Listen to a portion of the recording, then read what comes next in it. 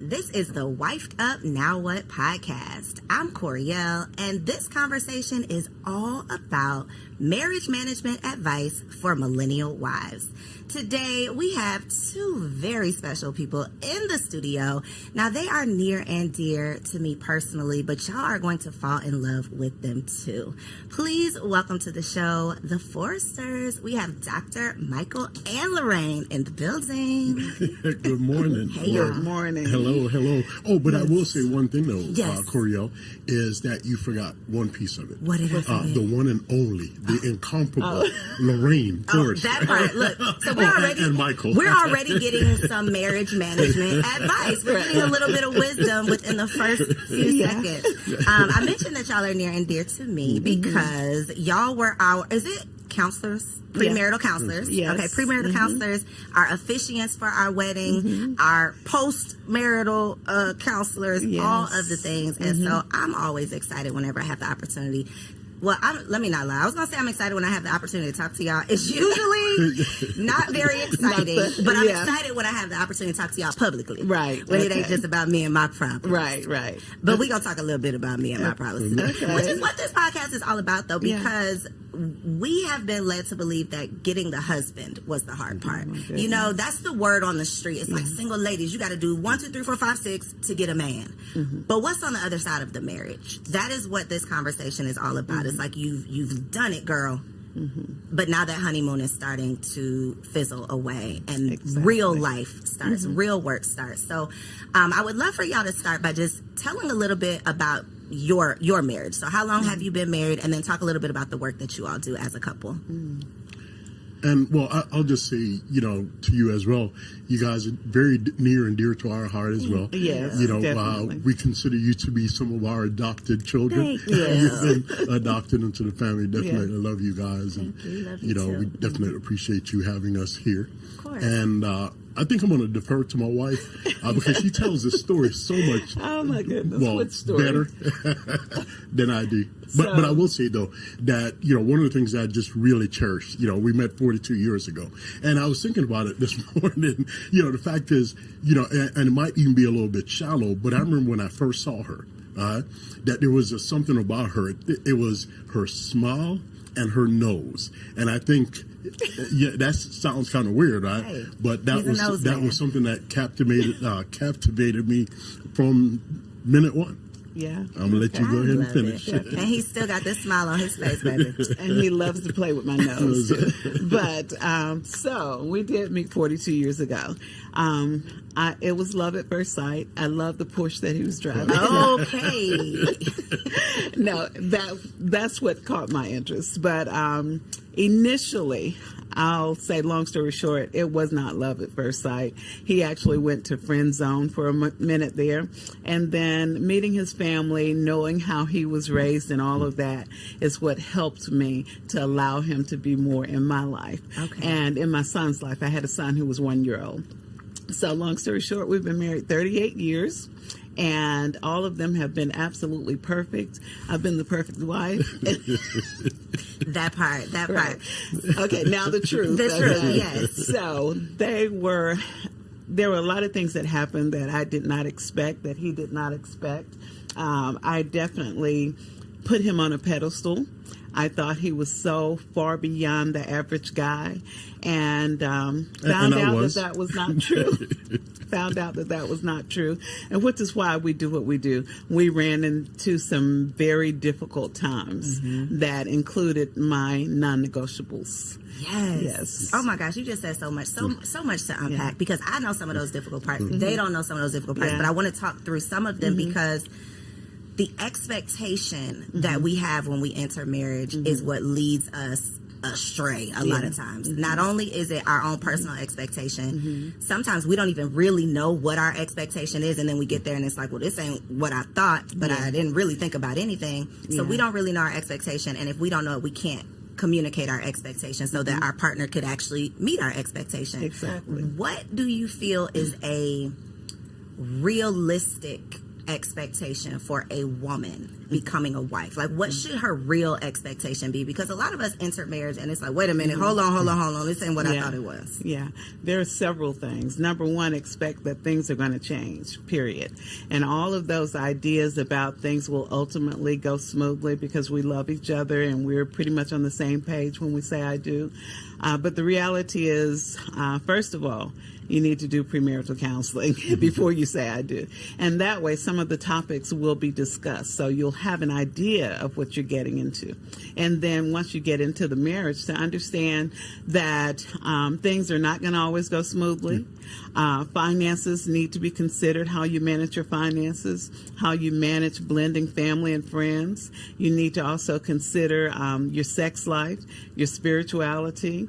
All of those things are things that you have to really think about. What is it, as you said, what is it that I want so I can communicate to my mate what I want and they'll understand it. So you mentioned something about his family, like seeing his family and then you're like, okay, he can come on out the friend zone. We can give this a try. I think so often we overlook not just how your family is showing up. Like you go around and it's like, oh, they're cool or they're nice or whatever. But like, how were you raised? What did you witness in your home? What was your experience with relationships or communication or finances? All of those things I think we overlook because we're looking at his Porsche or we're looking at, what social media tells us is important, and then we're forgetting about the real things that are going to matter once the marriage truly begins.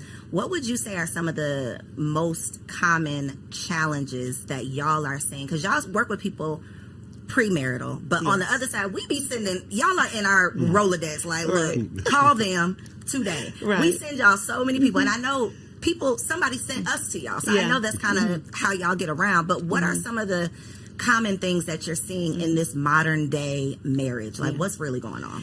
And usually I think one of the main things is the communication dilemma. As with most situations, everything that happens needs to be communicated. So usually learning how to communicate effectively is an issue. And one thing that has come out recently is that family support is one of the number one reasons couples are divorcing today. For lack of family support. Exactly. So that has changed. Usually it's always been communication, sex, and finances. Now lack of family support. And I guess that's because we're so busy doing so many things. We have 3 or 4 different jobs, all these streams of income. So we're not supporting each other.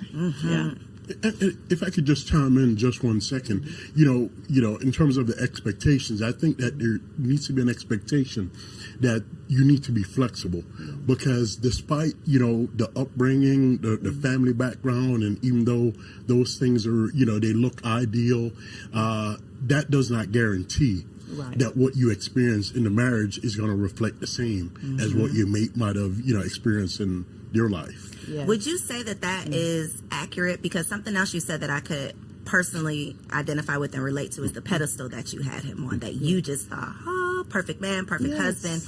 And then it's even harder when they fall off of that pedestal. Can you talk a little bit about that process of how he was able to fall off the pedestal, but then you didn't walk away? You were still able, well, you might have walked away and came on back, but you were still able to piece it back together somehow. And what does it look like on the other side now that you know he's not perfect? Yeah. And he would always tell me, look, I'm not perfect. You think too highly of me. But I was looking at his family, his mom, dad, great people. They taught him well, had great morals. His siblings, they got along very well. They had very interesting and intriguing conversations. Everything was just great. And he would call me long distance and tell me, I was listening to this sermon the other day and they said XYZ. And I'm like, okay, and all of those things. He was not the average person. He would never use profanity in my presence, period, and he's always so respectful. But then the tables turned. Day by day, he changed a little bit. And I think sometimes we kind of acclimate to the environment. So maybe the friends changed. I'm not saying it was on them. It was in him. But I could see a change. But they create an environment where it could come on out. Exactly. And so the things changed. Like he would never necessarily curse me, but I would hear the profanity when he's talking to some other people, which surprised me. And then I would see different things change. And ultimately, when I found out that he was for the streets, that was it right there. You found out he was for the streets. Mm-hmm. How did you gather him back out of the streets? You don't have to go into all the details, but nobody walks down the aisle thinking they're going to find out that their husband is for the streets, especially not when they had him up on this pedestal. Yeah. But these are the 40-plus year experiences that we have to hopefully not be prepared for, but at least be aware of. Right. And so one of the things that I did not expect this to ever be this person.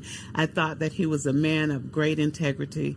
He was always at home. He went to work. He came home. Everything looked real good. But there were times when I might be at church and he might not feel like going. And then he would go do his thing wherever and be back before I got home from church. So when I did find out that he was for the streets, it was one of my non-negotiables. So I'm like, you out, period. This is done. But he said, I'm sorry. I made a mistake. I didn't mean to do it. I love what you. Does all for the streets things mean? Can we let's define for the streets, because for the streets could mean I like to go out, hang out. For the streets could mean I like to drink a little bit more than you do. For the streets could mean I like to socialize. Like, what does this for the streets look like? Well, in our situation, me being for the streets was really more about women. He was a hoe. Yeah. It's taking too long. He was. Okay, go ahead. I just had to get that out. Yeah, but yes, and for me, not alcohol, but drugs was the other portion of it. Yeah. So and it was one of those. Well, yeah. And for me, real drugs, or was it women and weed? Because weed ain't on. No. It was for real me. drugs. It was cocaine. Oh, real drugs. Which was my second non-negotiable. Hoes and hard drugs. No, right. Okay, got it. Yeah. And it was one fueling the other. Did one. Led to the next. Yeah. So it was just this perpetual cycle. What would you looking back at that? Because women, we're just speculating about what we think men are thinking about, and can you recall what led to, like, what was the first foot outside? It was ego, really, because to be honest, and this is something when I actually, started, down that road. It was something that was it was a slow walk. It wasn't something that just all of a sudden, it was, the constant back and forth, the folk making snide remarks or these little suggestive comments. Your wife was? No. In terms of the other person. Oh, the other person. Okay, got you. Just the little suggestive comments, and it was years before something actually happened. So it was definitely a slow walk. And one of the things that I can say is, even though my wife, is the incomparable, the one of a kind, she wasn't exactly perfect. But there was nothing at home that I could say, well, this is my reason or this is my excuse for doing whatever. It was never a situation where, because of what she did, caused me to go there. That's the part that gets us, though, because we be at home cooking the dinner thinking everything is cool, and then we see something, or then we get that feeling in our stomach, or then, and then we find out that he is for the streets, and it's like, but wait a minute, I thought everything was good at home.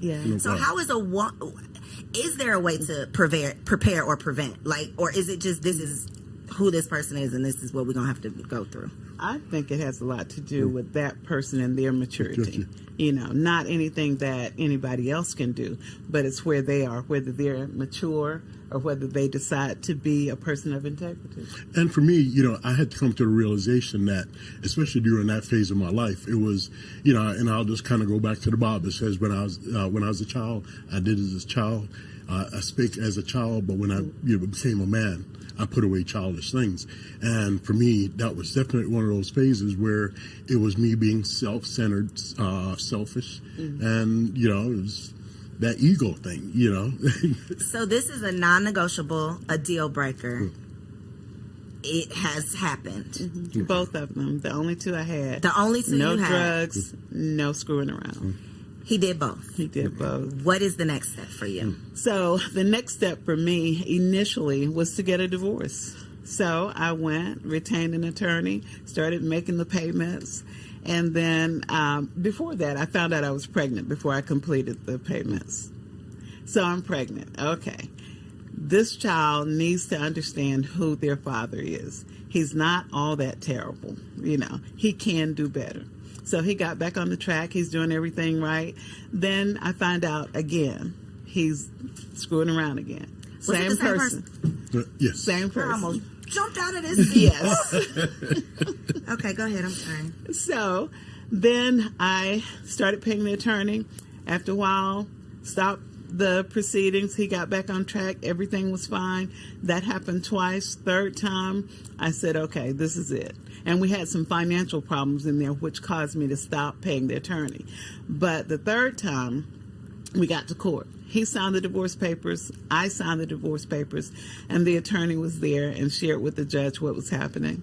And the judge said, a sister looked at me and said, I will not grant you a divorce.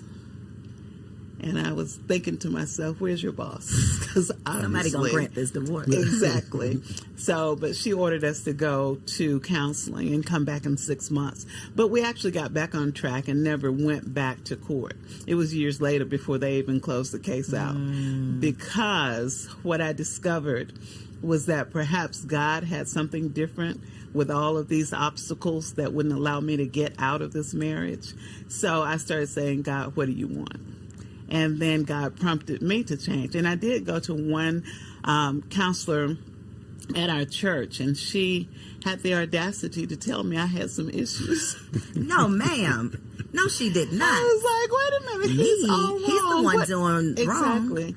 And she shared with me some of my shortcomings. So that coupled with my conversations with God, I changed my behavior, and then he could see. I think that's what helped him to see that change was possible. So as a woman in this scenario, and I'm sure this is something that comes up with your couples, how do you not internalize it and make this about you when it's obviously, something that he's dealing with? That's part one. But then part two is, how do you take accountability of maybe you're not making this a safe space at home? Maybe you do have an attitude, whatever the counselor told you, like maybe there is some things that you need to work on. How do you not blame yourself, but then also take accountability for your part in the partnership? Yeah. So initially I started to go down that hole, as most people will, what's wrong with me? Why is it that he's out seeking something else? What's wrong with me? And then I soon realized that there was nothing wrong with me. And anything that I thought was wrong, I could fix it, or be happy with it. So I did work on myself. And then I was able to say, you know what? This is his problem. He has the issue, not me. And so with me making the changes, and that's basically what the counselor told me, that I was not making it a comfortable environment at home, because I went from wondering what's my problem to, hey, look, I'm all of that and then some. So you need to recognize. So I had to tone it down a little bit. So there had to be like a happy medium. Right. But really though, in all fairness, if there were some things, in terms of her attitude or whatever, if there was something that's present and prevailing, 9 times out of 10, it was because of something that I did, right? That it wasn't making it a warm and loving environment, creating that space for me, because she was pissed off, probably, right? And then, so, how can I expect for her to be loving and kind if, I'm taking her down this, road, creating all this aggravation and this frustration. This scenario where she can't be peaceful and calm and kind all of the time. So I'm expecting her to take the blame for me stirring the water and, getting things, stirred up. But yet she's supposed to be... Y'all were both playing your parts in it, for sure. Yeah, and it was definitely him. And some people who know me now think, oh, she's a minister. She's always got down on her knees and prayed and everything worked out. Well, when he looked at me, this came to mind. I'm peeling potatoes. It's like on Thanksgiving or Christmas Day or something. And I said something to him, and he looked at me and said, Psh, get out my face, and turned his back and walked away. And all of a sudden, the knife went sailing across the room. It was a slow motion and hit him in the back, stuck him in the back. So that's the kind of thing he provoked. 40 plus years. What? You know what, though? It's so necessary to hear these conversations because people love just saying, well, your grandma stayed married for 60 years. Yeah. But we weren't privy to what was really going on in that marriage. And if we knew what they had to work through over over a course of literally a lifetime, everybody wouldn't be, I think, running so quickly down the aisle and not being prepared to do so. Do you think that you entered the marriage with deal breakers or non-negotiables? You know, I don't really think that I had. Well, I guess maybe I probably would have one, and it would probably be cheating because I know for me, had it been a situation where the shoe was on the other foot, I'd have been out the door. Out the door. Yeah, I thought, even though it was unspoken. Got you.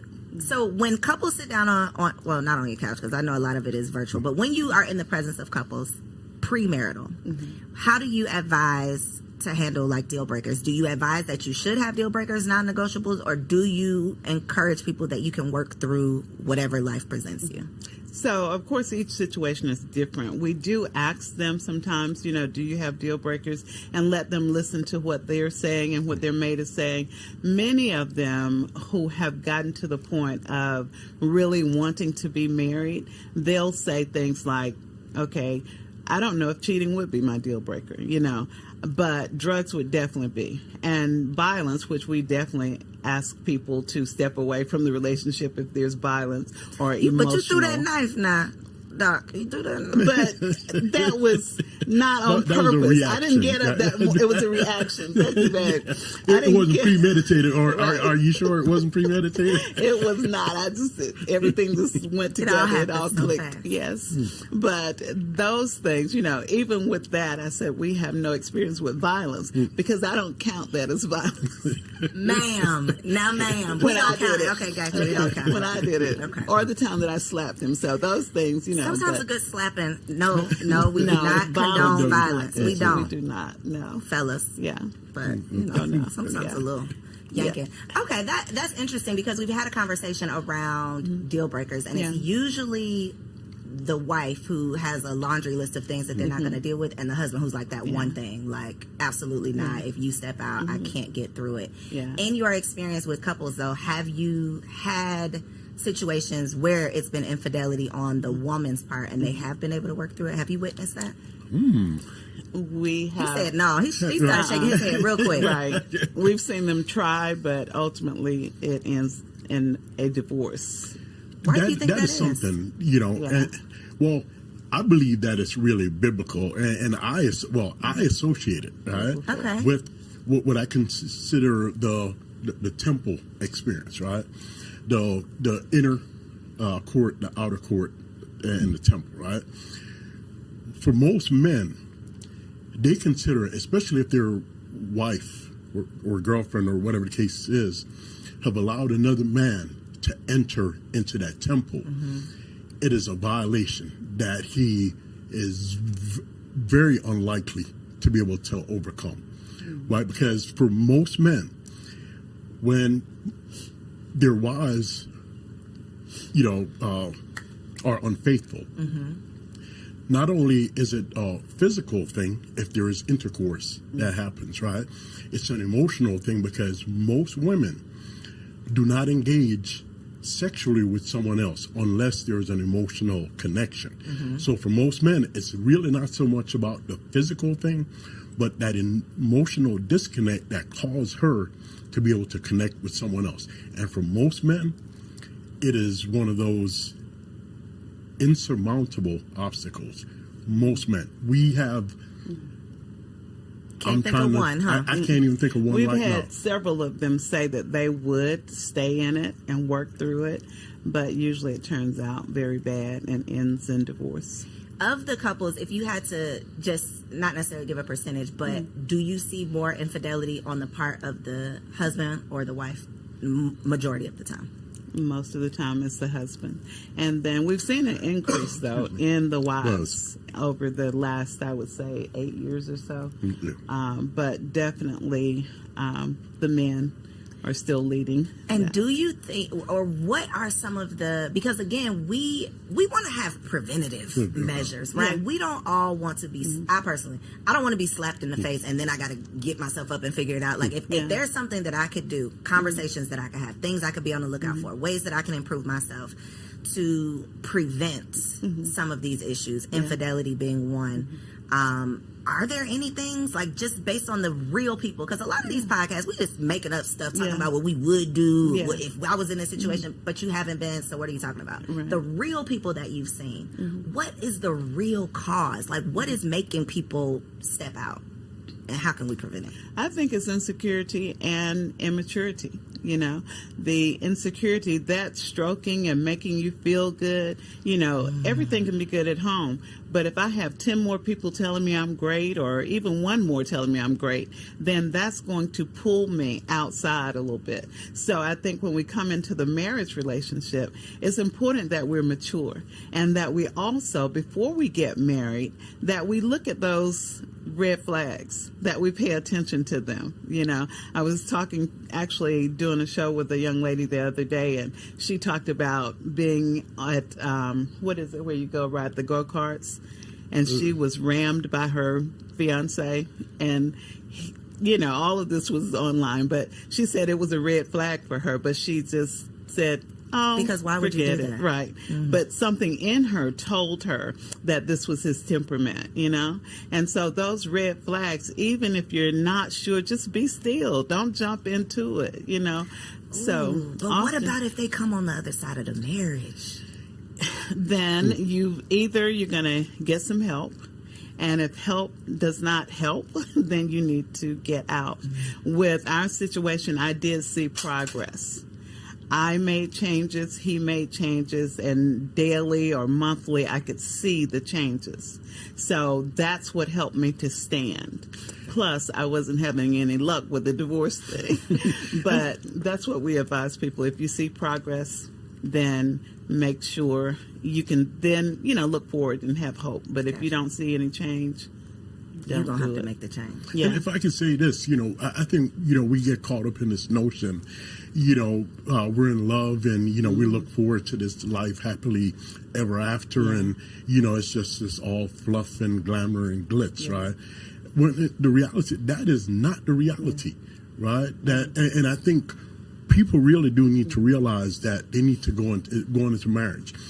It needs to be eyes wide open. Right, that you're not dismissing these things that are these little red flags to you, that you are addressing them up front if you can. You know, surely there are things that's going to happen, you know, because if you're going through life together, there are going to be obstacles. There are different things that's going to come up. But when there are these blatant red flags on the upside, on the front side of it, and you ignore them, that's ignorance. Right, so you know, we definitely encourage people to go into it eyes wide open in a loving way, right? And you know, share your concerns or whatever. If your partner is willing to make changes or whatever, take note of that. If they're not willing to make changes, take note of that too. Exactly. Because and I remember this and I'm going to link below when y'all were on Girl Stop Playing, because I remember a part of the conversation was how a lot of times one partner is dragging the other one in, and it's like, well, if they weren't interested in premarital counseling, 9 times out of 10 on the other side of the marriage, they're not going to be willing to sit in and work on and talk through, you know, what it takes. And there's so much that you're going to have to work through and talk about, especially when we start talking about having kids. You know, throwing that into the equation. Marriage is just not all fun and games. It is not. No. And this is coming from someone who used to heavily promote, girl, I know you want to get married. Let's get this together. Let's become wives. Right. Now that I'm a wife, I'm like, sis, it might not be for you, because it's motherhood and marriage. If you are not all in and committed, it's a shit show. Like, it is hard out here. So you talked about communication and intimacy, which, you know, we hear about finances, communication, intimacy. These are the challenges in marriage. One of the conversations that I've had around communication, though, is sometimes the lack of communication. So sometimes it's we don't know how to communicate, but a lot of times on a woman's part, it's I'm going to avoid some of these tough conversations. Talk about the impact that being an avoider can have in your long-term in your marriage. Yeah. And that's just like sweeping something under the rug. You know, eventually it's going to pile up, and then you got a whole lot of stuff under there. So the best case scenario is go ahead and discuss it, but figure out when and how to discuss it. You know, one thing that we recommend that couples determine a specific date or 2 dates out of the month that they're going to have conversations, a check-in period. And that check-in period, then I know and my husband knows that we're going to have some tough conversation. And sometimes it might not be anything, but we still have that on the calendar. And when we do have those tough conversations, we also need to put a time limit on it. When we went through stuff, we would be up like 3 or 4 hours at night talking, you know, but do it about 45 minutes. And if you still need to say something else, then table it and say, okay, we'll address it in another couple of days. Because if you keep picking at it and one of you are not into it, you're not going to get anything positive out of it. So with communication, you're right. The lack thereof is the biggest problem. So make sure it happens. Be intentional about it. Have a check-in time. So that they don't have to do what I do. Because y'all be seeing that email come through. Corietta is scheduled at 3:34 in the morning because we didn't have this argument, and now I got to call the people. Right, now we got to see the people. So instead of doing that, you already have this time set aside, so it's not like I'm in trouble, because that's what it turned into. I'm telling on you. So instead of that, it's like, no, we already have this dedicated time. We're going to meet, we're going to talk, and I'm not going into it mad because it's already on the calendar. Be better than me. And I was just going to kind of add to that, you know, in terms of the communication. One of the things I know that we see a lot, right? And this happens to happen on the woman's side of it, that they don't want to have the conversation with their husbands, right? Because they don't want to upset him. They don't want to bother him. So, you know, we just kind of let things, you know. Especially early on. You know, how does that work out for you, though? It doesn't. I'm like, girl, be yourself. And then the next thing you know, you have just this major explosion, you know, because things are swept under the rug. Or you turn into like a shell of yourself because you don't want to ruffle any feathers. You don't want him to be. I was literally on the beach, y'all. You should be happy on the beach, right? You on vacation, you on the beach. On the beach in Miami, and a couple were not that far away from me, so I could hear the conversation they were having, and something had upset this husband. And the wife just kept saying, okay, but baby, you know, I want to have a good day. Like, she was really trying to diffuse it. Okay, well, let's just go to the beach. And he was just mad about whatever it was, to the point where this was like a 30-minute thing. And at the end of the 30 minutes, she's just like, well, I'm just going to go. You know, like, she was just so beaten down. Let's just go to the water. She's like dragging him, trying to hold on to his hand and make him cut to the water. He ends up going back. And it was just such an uncomfortable, awkward thing for me as a stranger to even witness. But I think it was a representation of so many marriages that I don't want to ruffle any feathers. Let me just calm you down. Let me just give you your way. Let me just... And then you end up doing yourself a disservice. How can we avoid that part of it? Is it just being assertive and standing up for yourself, or... And it's like you said at the beginning, first of all, we need to realize, what is it that I'm asking for? Because if I come to you and say, babe, I don't want you to wear blue jeans ever again. And you say, well, I think I want to wear them on Tuesday. And I said, well, okay. You know, I'm not true to myself. I need to come back with some factual information why I don't want you to wear the jeans. And I need to have that already reconciled in my mind before I approach you with that thing, you know. So then I can give you the facts as to why I have this position. And so just a lot of times we see women will say things and then they'll change so fast. And then they come back 2 weeks later with the same issue. Stand firm on it. Make sure you solidify it in your mind before you present it. And then when you present it, you have factual information that will help them to understand what you're saying and why you're saying it. And I think another part of it, too, is, you know, in terms of, you know, avoiding these type of situations in the marriage, is making sure that you're actually working on yourself, making sure that you're a whole individual, in this marriage, because if not, you'll just find yourself just being the shell of a person, not really adding any value, in the marriage, in a relationship, and that's not fair. And really to either of the persons, in the marriage, you have to be a whole person. Yeah.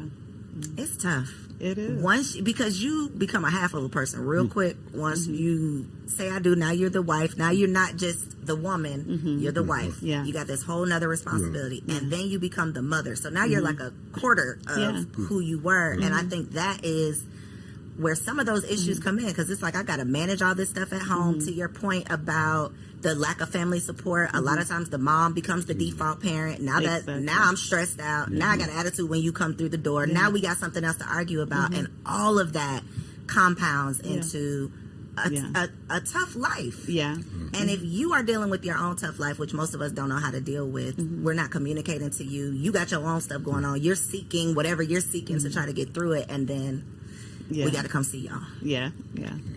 And scheduling is something that we don't do in marriage. We have businesses, we make appointments, we schedule things. If we schedule things in our marriage, schedule my me time, schedule your time. What about sex? Should we be scheduling sex? Yes, we definitely should schedule sex.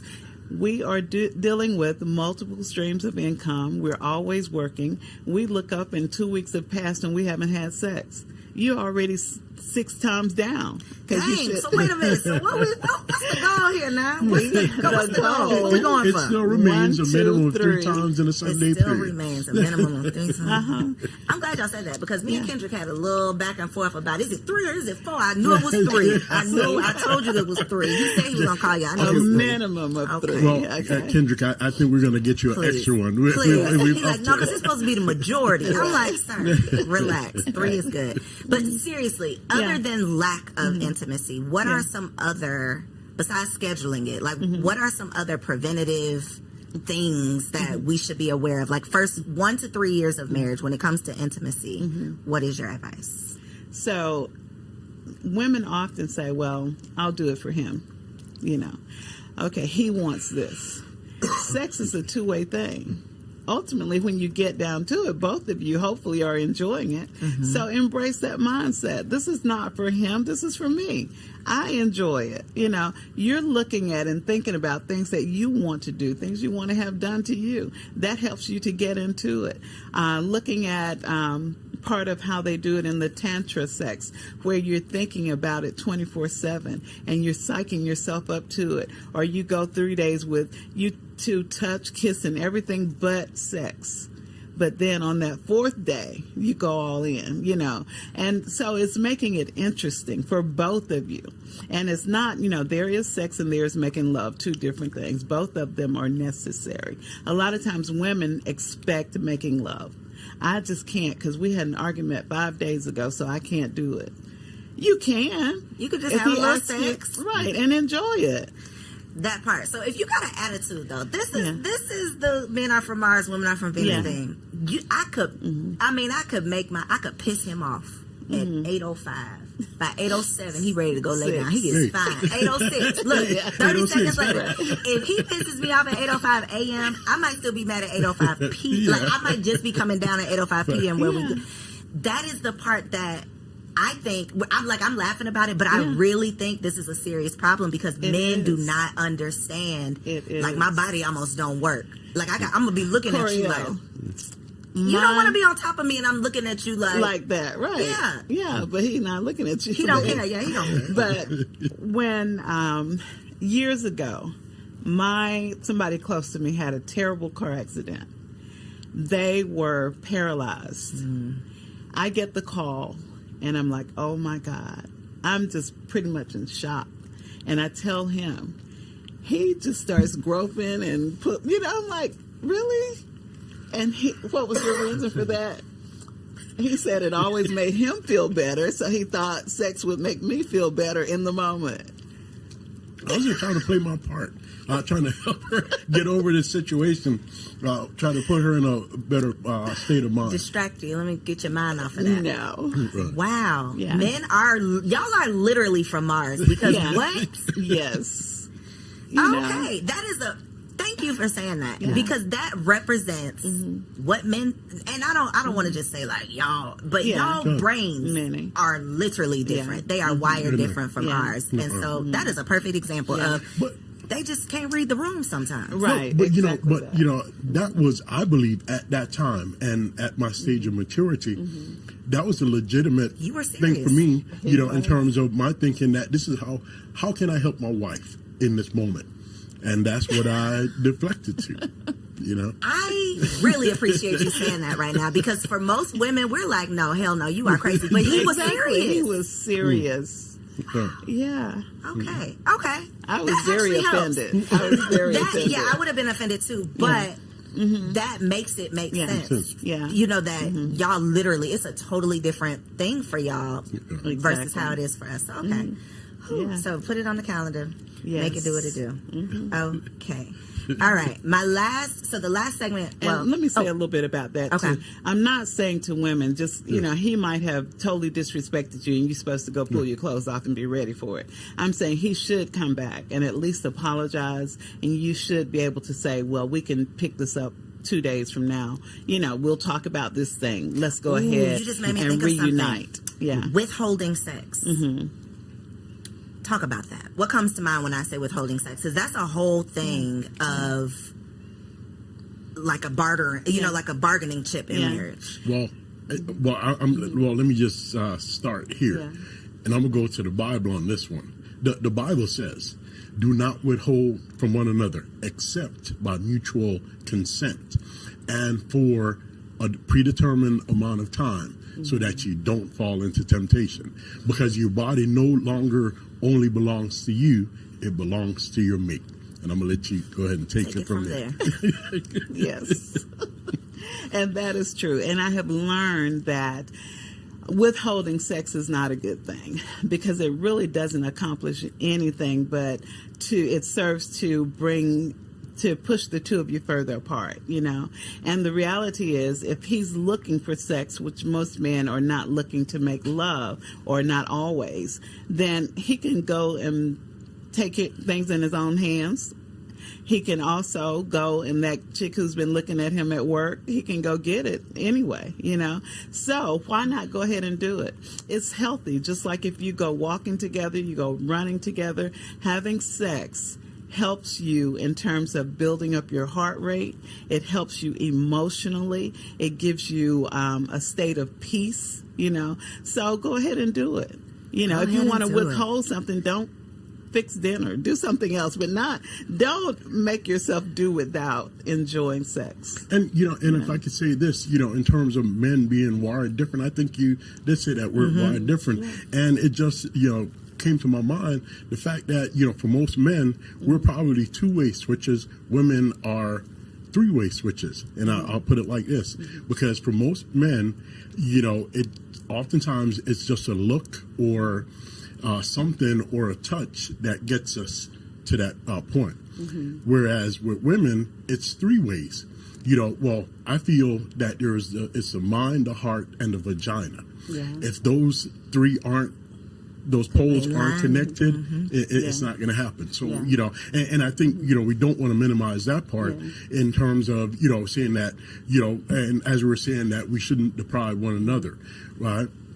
But it does require a little bit more for women. And I think we have to acknowledge that, in terms of for men, that it's not just that on and off switch. And I think those are part of the conversations that have to be had, because as your body changes, as your responsibilities change, as your schedule change, if y'all are not on the same page and committed to the commitment, then I think that could definitely cause some struggles as well. Okay, so we do a segment called Wifey for Lifey. So I want y'all to look in this camera right here, each of you, and just give one piece of advice for a wife in her first year of marriage. Her goal is to be wifey for lifey. She's trying to be 40 plus years in, hopefully more than that. One piece of advice for her to be wifey for lifey right here in this camera. I would say to love yourself. Always make sure you look good, make sure you feel good. People are attracted to confidence, so love yourself.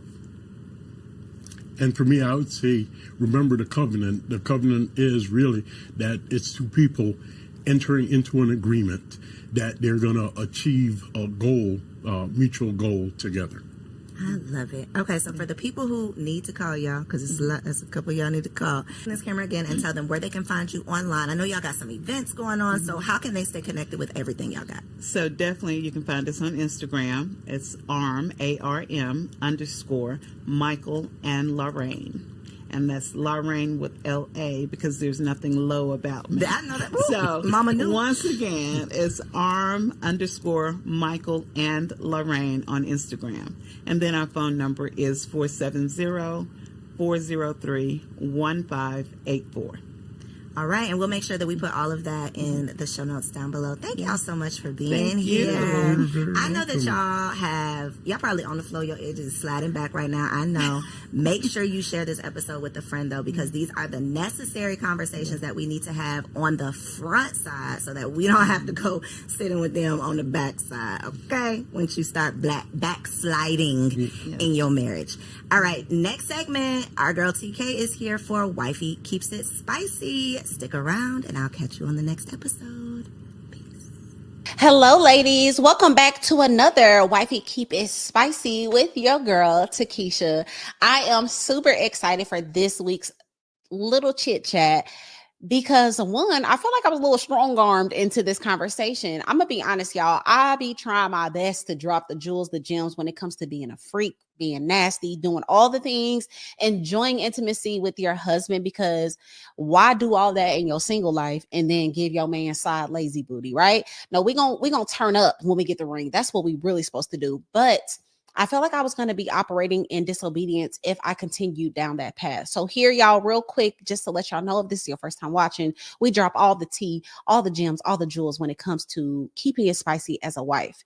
But this week, and it might be a series. I don't know. Y'all let me know if y'all want to flip this into a series. We're going to shift, right? Because I feel like there's a plethora of things in between the reasons why a woman cannot be as freaky for her man or show up at nighttime when those lights dim. I feel like there's a plethora of reasons why she can't do that. So before I give y'all the gems on buying stripper shoes and getting this toy and putting this pole in your room, we got to talk about something that I feel like is incredibly important and crucial. Now, it might not be for everyone, but it's for someone.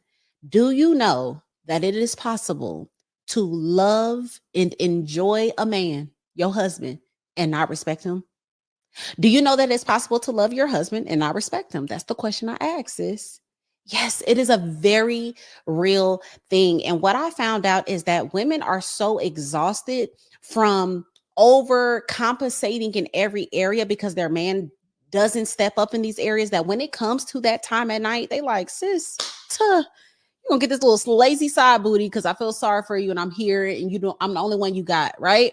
You can get into the mode of doing so much all the time and he's doing so little in your mind that you don't even feel like he deserves for you to really pull out the stripper version of yourself or whatever, fill in the blank, the porn star version of you.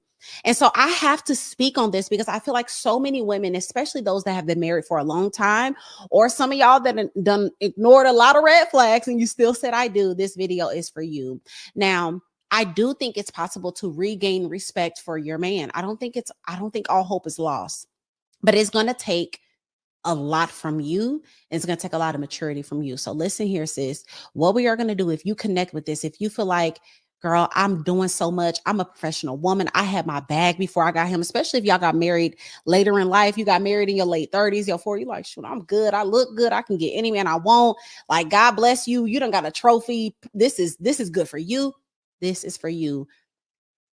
Just like your man has to learn leadership and masculinity in a lot of ways, sis, you have to learn submission and femininity too. Because you have been leading your life for so long and you've been making all the decisions, you've been the boss in your company, you've been the leader in your friends group, you've been the smartest. It takes intentionality and aggression to learn the opposite, to learn to fall back, to learn to follow, to be submissive and compassionate and kind.